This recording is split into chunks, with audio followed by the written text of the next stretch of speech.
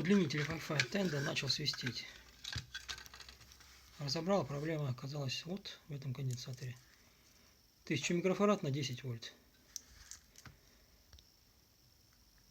Сейчас заменю его, и будет все работать нормально.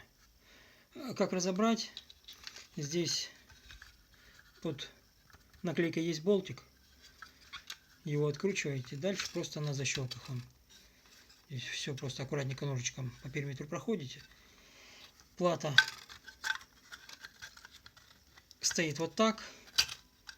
То есть для того, чтобы ее вынуть, вам нужно будет вот эти две точки отпаять. Ну, можно просто тянуть за эту пластиковую штучку и аккуратненько паяльником попеременно касаться вот обоих. И все, она сама выпадет.